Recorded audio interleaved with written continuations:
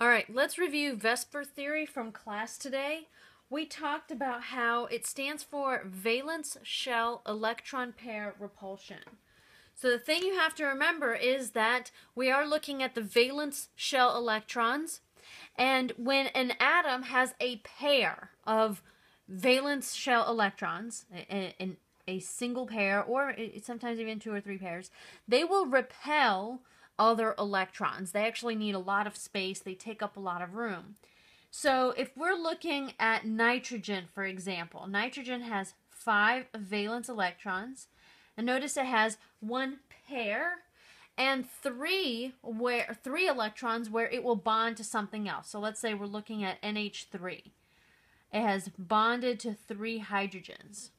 Well, the idea behind valence shell electron pair repulsion is that this pair of electrons right here actually needs a lot more room.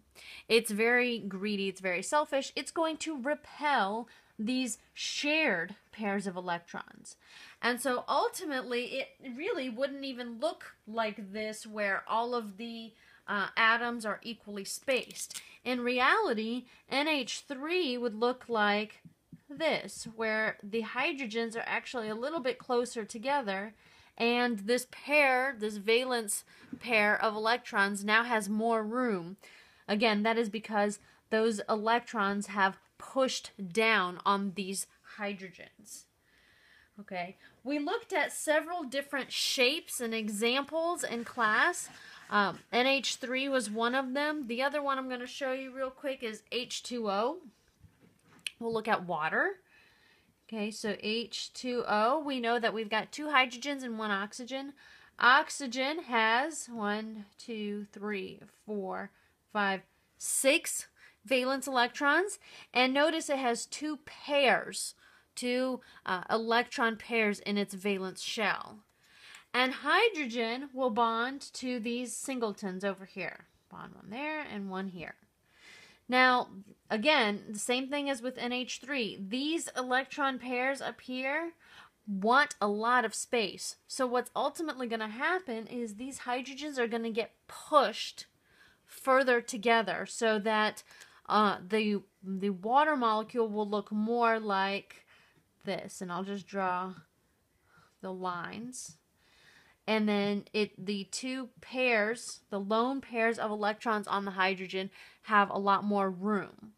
Okay, that is the entire idea behind valence shell electron pair repulsion, is that these pairs of electrons in the valence shell will repel these shared electrons. Notice that one of these electrons, each of these lines represents 2 electrons. One of those was oxygens. The other one is hydrogens.